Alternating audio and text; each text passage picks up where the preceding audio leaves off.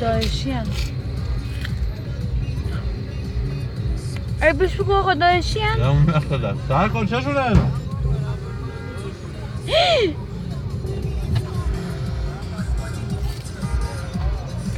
بیشرفا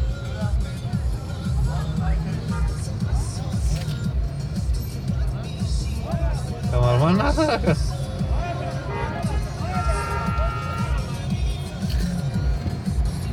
دیدی گفتم داعشی هن پلاکشون هم 95